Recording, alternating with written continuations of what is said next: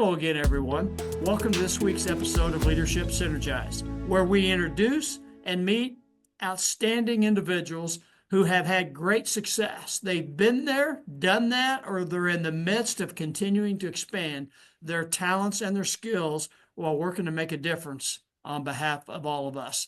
And this week, once again, proud and honored to have our special guest, Mirin Fader from Orange County, California, join us. Mirin is a sports author, a sports writer, I believe, for The Ringer. She does report featured stories on, in particular, athletes, NBA players, future all-stars in that manner. Mirin, thank you so much again. I know you're in the midst of a new project, and we're going to talk about that here in just a moment. But just appreciate you from the bottom of my heart for being here.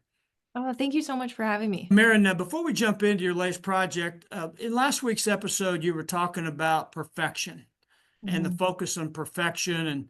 And you know, we all understand that there's no way we'll ever be perfect.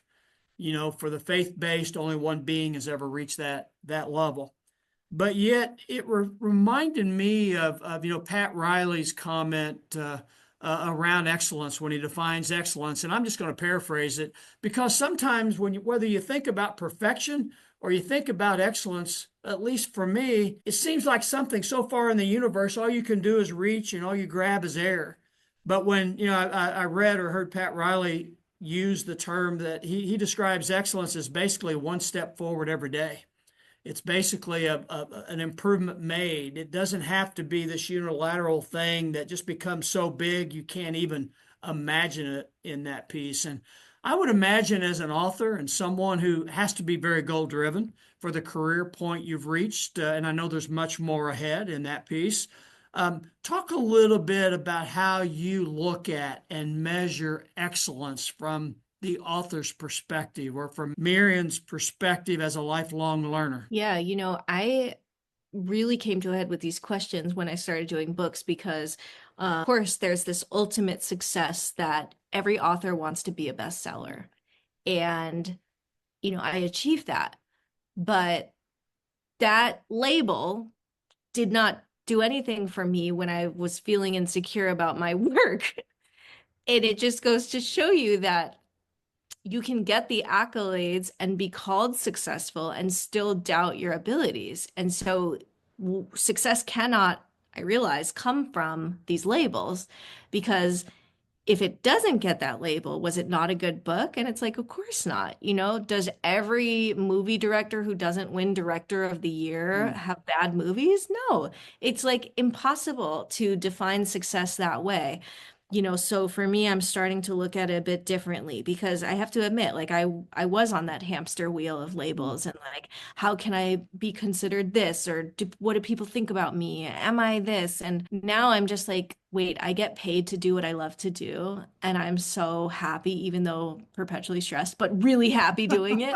That's awesome. And so that's the energy that I'm trying to bring to it now. But you can really, really get caught up in this hamster wheel of like letting other people define success for you. And it's so self-defeating, because you're basically putting the power in other people's hands to define whether you've done a good job or not. And that's just it's not fair to the work you've put in, right? Like for both books, I interviewed over 200 people. Like that's work, that's success, that's effort, like that matters. That doesn't mean that everybody loves the book, but it means that like you did your best. You called all the people you could call. You like, again, like they say, played your heart out in the way we talk about athletics. And so that's sort of my new way of defining what success is. Excellent. I love that. And you use the word energy. I've come to find and believe that energy can offset a lack of experience at times, whether you're a classroom instructor who's sharing a lesson plan for maybe the 100th time in their career, whether you're a grandparent who may be tired, but your youngest grandkids are visiting and they're building that energy. But energy can offset so many other gaps, if you will, in experience or knowledge in that piece. Totally. In fact, that's how I think I actually found finally an agent to believe in me. He was just like, I love your like spirit, your energy. Like that was a thing that he mentioned, as like, yeah, I know you're young, but I love the way that you are passionate about this. And so, for whatever I lacked in experience, which was a whole lot, and age, I'm comforted by the fact that that matters. Like they always say in sports, be coachable. Well, Yeah. like, yeah, it does matter. It does matter bringing a pleasant energy to your workplace. I've seen people get fired in journalism because they have a bad attitude and they won't be edited, aka they won't be coached. Like Mm. your energy is really important. Thank you for sharing your view on that piece. So you've had two highly successful books come out, and you've started a new project. Yes. Would you be open to share your project with our viewers? Yes. Well, first of all, this project allowed me to meet this amazing podcast host here, Kevin. So I'm so grateful that it brought us together. I'm writing my third book on Larry Bird. It's like beginning a project. It's so daunting. You're at the beginning of this very long hill. You know what it takes. You've done it before, but you're starting over and there's excitement and all the feelings. But I picked this topic because I'm fascinated by him. I think that younger generations outside, and let me be clear, outside of Indiana, I know younger generations all over Indiana know everything there is to know about Larry Bird. But outside of Indiana, I have noticed, especially with my last project on Hakeem Olajuwon, I would say, oh, yeah, I'm doing a project on Hakeem. And people under 30 would say, who? And, Larry, there's a bit more recognition, but they'll just say, oh, the white guy that could shoot. And I was like, there's a lot more to his story than just this one liner. Mm. So I think part of it is like there has not been a definitive biography in like 40 years. And I just think it's time. He's just such a legend. His story matters so much. I think it deserves more treatment, especially in his early days. That's not given a lot of time and credit. So yeah, those were some of the kind of main reasons that I wanted to do this project. Well, it's near and dear to my heart, having been born and raised in Larry Bird's hometown, and when he was a senior in high school, when he had his breakout year, being a freshman student manager. Hey, I'm 5'8", and you can't tell it on the screen. And had zero athletic talent in that piece. The one time I shot a basketball in a junior high game, I stole the inbounds pass and missed the layup, and my teammate got the easy putback. So that's my whole career in a nutshell. Hello, assist. But I love the fact that you've chosen Larry, obviously, and very much biased in that piece. And there is a lot more to the story than the fact that he had three straight MVPs and won three world championships and has developed this piece with Magic Johnson. And what a dichotomy and comparing personality wise, right, and career paths in that piece, and was on the dream team. Just so much there. But let me jump back a minute. So you just had your dream book on Hakeem Olajuwon released in October of 24, and Right. now you're barely near the end of, well, I don't know if Orange County has winter or not, but here in the We Midwest, don't. barely near the end of winter. So you're still in your Orange County, maybe summer two or a Yeah. summer sequel for the calendar year, and you've picked your topic. Are you Yeah. are you working from a list of potential topics all along, and then you kind of narrow it down, or how does all that work for an author? There were other ideas that I considered before this one. Okay.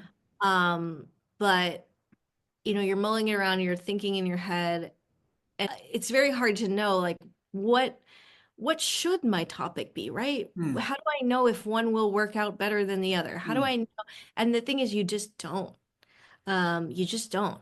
It was very bizarre. I knew this was the topic for me because I was covering Bronny James, LeBron's son, at a USC game, and I was thinking about this topic and thinking about should it be Larry Bird, should it be Larry Bird? And I kid you not, so like reporters, we get home at like, it was like midnight when I got out of the parking lot. I'm on like the top, I parked on like level 6 or 7 or something like that. And nobody should be there except reporters. But there's a boy with his like mom, and he's wearing a Larry Bird green shirt. Wow. 33. Los Angeles, 33 in Yeah. Los Angeles. And I just thought like Oh, wow.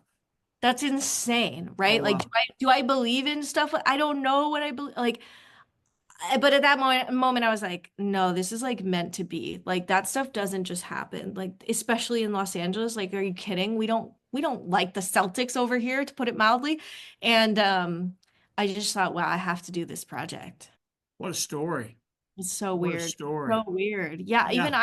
I took a picture of it because I was like, I don't believe it. I don't this really happened? Yeah. So I took You a wouldn't be picture. able to glance back, right? In the morning when you woke Exactly. up. Yeah. Exactly. So when did Mirin first get to know that there was this great player, Larry Bird? Was it during your basketball career or post or when you started writing for sports or? So this is the funniest thing. My first basketball team was a green team because it was the WNBA's Mercury and they were the green Okay. time. And they're just like a bag of jerseys. And I'm like in the fifth grade and everybody's taking their jersey. And then there's one left. And I was like, okay, I guess I'll take this one. It was 33. And my uncle was like, do you know who that is? You know, I'm in fifth grade. I'm like, no. I literally just started playing and he's like, that's Larry Bird. Oh my Wow. God, he was the most complete player ever. Like, you got to be like Larry. You got to be able to shoot, pass, and rebound. And that just like stuck with me my whole life. So I wore 33 my entire basketball career, except for my first year of high school because there was a senior that had 33. But I was 33.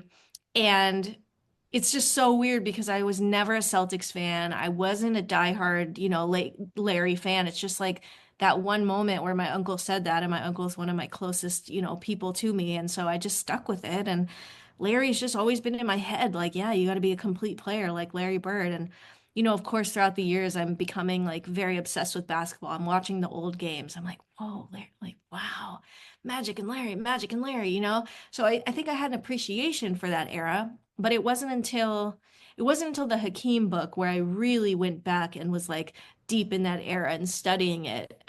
Especially because I know Larry was a bit before Mhm. Hakeem, but obviously the crossover when they were both there, I was like, wow, this era, I feel bad I didn't get to witness it myself. Like this was so cool. I recall growing up in the 1960s, you had the Celtics and Bill Russell, Bob Cousy, John Right. Havlicek, and you had the Lakers with Jerry West and Elgin Baylor, and then comes Kareem and Gail Goodrich, and those were the teams, right? And not like today, it was rare you had an NBA game in Southern Indiana to watch, but it was usually the Celtics or Lakers, maybe the Knicks with Walt Frazier, Willis Reed, and Dave DeBusschere and those folks in that piece in time. And then you get into the 70s and the game changed a little bit to where NBA finals were even a tape delayed thing, right? And it was so aggravating for me I can't even stay up that late, to watch. And then here comes Larry and Magic, that changes everything in that regard. But, Miriam, one thing that through our discussions and now as we're talking about your next project with Larry, one of the pieces that concerns me individually is that our society has lost track to appreciate the body of work. Yeah. Those who've come before, those who laid the foundation for what something is, whether it's in sports, in our work worlds today, in families today. It's really that Nestle's quick, right? Pour the powder Yeah. in, add the milk, stir it up. It goes from white to chocolate in that flavor taste piece. And we need people like you doing what you're doing and others, not just with sports figures, but leaders and history making individuals to keep that body of work. And I just pray and hope that society and the next generations circle back a bit more to appreciate that. And I really see Larry as embodying someone's body of work and what that can do for an individual. Yeah, I mean, yeah, you're so right.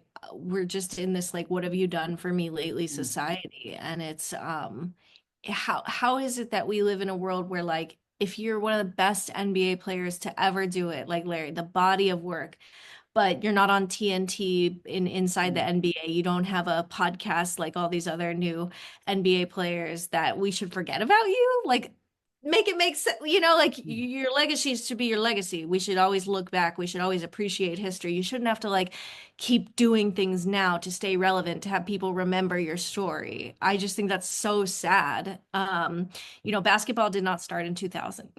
And I think we really need like a serious appreciation for what came before. So as you prepare, and actually, I know you've launched your work Yeah. with the focus on Larry Bird in your next book.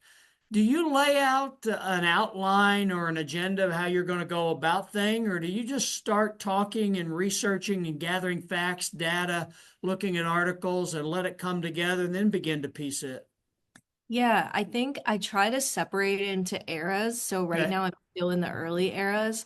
Um, the number one thing to do is like you've got to look at the archives and basically just print out every single article that's ever been on Larry from the early years all the way through his NBA career. So it's a lot of archival information. So right now it's a lot of the time my time is spent in libraries, just looking through the archives. And when you're looking through these things, you see names of people, oh, so and so played with him in high school. Oh, so and so played against him in high school. Or oh, here was somebody in college. And so it helps you kind of build a roster of like, I need to speak to these people. And then of course, like you meet people and then, you ask, who should I speak to? And then they lead you to other people. And so that's kind of the joy. You're reporting and you're talking to people, but you're also like very deep in the reading part and the research part and the archival work. And so I mean, it's hard to even think about his professional time because I'm still in the, high school, college years. That's taken a long time. So I like to separate it by era because if you look at the whole book, you're like, oh my God, how am I to do that? So much has happened, right? But if you look at it like eras and individual time periods, it's almost like, okay, a book is really 20 stories in one, and I'm sort of like doing what I do for my normal job, but just doing a million of them in one story. So that's how I think about it, at least to make myself stay sane. Well, yeah, I would imagine it's good to have some type of thought pattern involved, Exactly. or else it could be like a jigsaw puzzle with no pieces fitting together.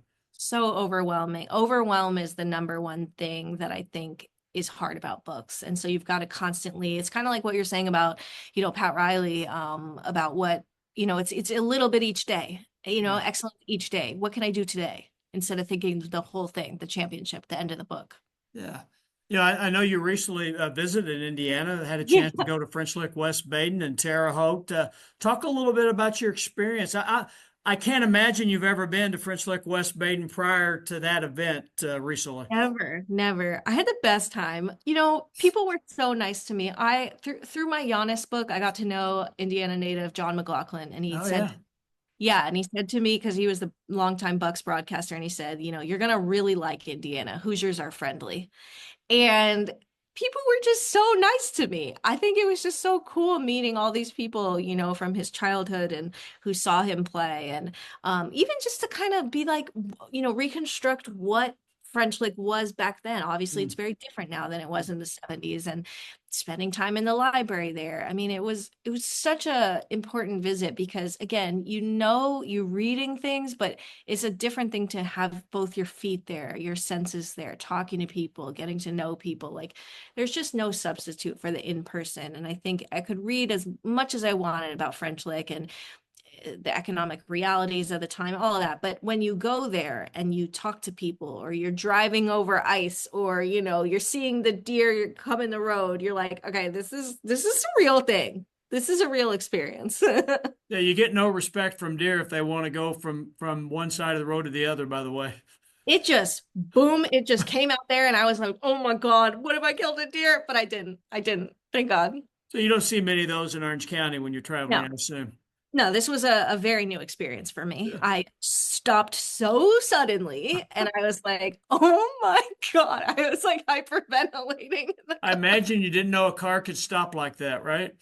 Definitely not. And I just was like, oh, okay, God, wherever you are, thank you. Like, we're just going to get through this. Okay. It's going to be okay. I love that. Looking forward. Hopefully, you get a chance to come back many more Yes. times. And you mentioned something, and it makes me think of our history teachers in our classrooms, right? And they are challenged to teach the varying eras and getting our children to be able to place themselves in that era. I would assume it's very important and probably something you motivate and pride and maybe even challenge yourself a little bit is as you're doing your research.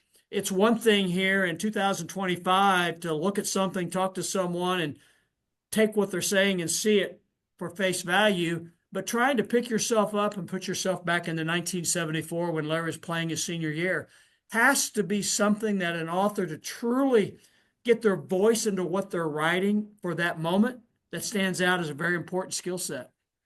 Yeah, because, most of journalism, unless you're a breaking news reporter, most of what you're writing about happened when you weren't there, Mm. whether you're a young person or not. Like it's just you're most of what one writes about with books, 95% of the scenes you weren't there. So you have to do this kind of diligent work of, making it authentic and making sure that you're cross-checking with people and what was it like? And okay, this restaurant was there. What was in that restaurant? What do we remember about? Like, I guess you're just asking for such a deep level of detail to recreate the scene, because it has to feel authentic, because if it doesn't, you're doing the subject and the story injustice. And that's the thing about preserving history that I find so interesting, and why, these libraries are just so amazing. They've kept the documents. They want people to come back in 30 years and try to learn. Like, that's what I think is so cool. The library in French Lick, like, oh my God, their preservation is incredible. Like, what they've kept in there, it's called the genealogy room, is just like insane. And so I just think you have a responsibility to that archival work to like do it justice, and to like really spend time. Mirin, as you look forward to putting the book together in 2-3 years time frame, whatever that turns out to be, as you look ahead right now, when all's said and done, and the book's in the hands of the public, people like me and others, how will you measure success? Oh, I think I want people reading it to, instead of saying Larry Legend, say, or have an appreciation, Larry the man, Larry the teammate, Larry the person, French Lick the place. I think it will be a success if it feels less of, you know, this legend, this abstract, amazing thing, and more of like, oh, you feel like you know him. You feel like you know where he came from. That to me will be successful if it feels that authenticity. Outstanding. I have to ask, are you going to use the picture of the little boy in LA with 33 on it in the book? Oh, I should. I'm so glad I took that, because again, like, it was so weird. I was like, did this really am I hallucinating? Yeah, we'll see. Maybe if the publisher will let Absolutely. Marion, how can our viewers follow you? How can they read some of the work with the Ringer or otherwise? Yeah, I spent so much time on my website. If people want to go to it, it's just mirinfader.com, very easy. If you're on Instagram or X as they call it now, I'm just Mirin Fader, first and last name. Or you can just go to theringer.com and all my stuff is there. Outstanding.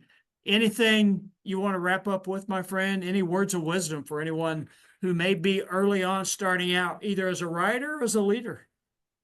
Well, first, thank you for having me on. This was awesome. Thank you so much for all the work that you do. It's really inspiring yourself. Um, I guess the advice I would have is, you're allowed to have fun with what you're doing. It's allowed to be fun.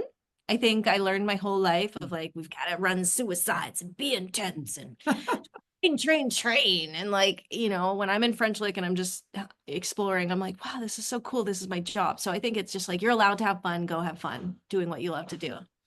I love that. And you're right. We called them when I was in school, they were death valleys, right? Oh It's yeah, I line to heard line about to that. line. But if you could survive one of those, and I assume you only had so many seconds to get back on, right? And if you Yes, didn't hit the line, you had to do it again type stuff. exactly. With the littlest legs over here, and all the girls just like do it so quickly. And I'm like, you do know I'm doing twice as many as you. Yeah. Yeah, I haven't you did two and everybody else did one, right? I haven't let it go. Exactly. Exactly. Still bitter. Aaron, congratulations on the success you've had, and in all, thank you for what you do and keeping history alive, and the coverage that you provide, not only in your stories with the Ringer, but the books you've written on Yanish and Hakeem Olajuwon, and I'm so excited, very much bias based, and I'm one, you'll never convince me Larry's not the greatest of all time when you look at, as your uncle said, the total package. Representing Michael Jordan had the best skills ever. Magic had the smooth flow in all concepts. It was a great player, but we need that body of work because this is something I think always stands out when I hear Larry talk. Larry loves the way the game advances, and he doesn't believe necessarily it was always better in his era. He always looks forward to today, and there are such great athletes, and they're always going to come. more Hall of Famers are coming that we don't know the names of in that piece. But the body of work of the Russells, the Kuzis, the Mikens and Birds and Johnsons and Dr. J's and Michael Jordans and everybody, we need that. And it's not just for basketball history. There's so much in sports and athletics that carries into our daily lives, whether it's work ethic value, Coach Wooden's pyramid of success, just those relationship connectivity and leadership opportunities. And thank you for what you're doing to keep that there for not only today's generations, but tomorrow's. I appreciate you. Thank you so much. You too. Thank you so much for everything. Well, thank you for the time. You've been very gracious. And we're always here for you if you need us, okay? Thank you. I hope you've enjoyed these episodes with Mirin Fader. Check out her books. They're available. Just go to Amazon, and they're both really good. I've had a chance to read both books, and she just does an outstanding job. Check her out at her website, and don't forget to sign in. I still call it Twitter, right? I know it's X. Yeah, I know. God bless you for watching, and thank you for all you do in leading.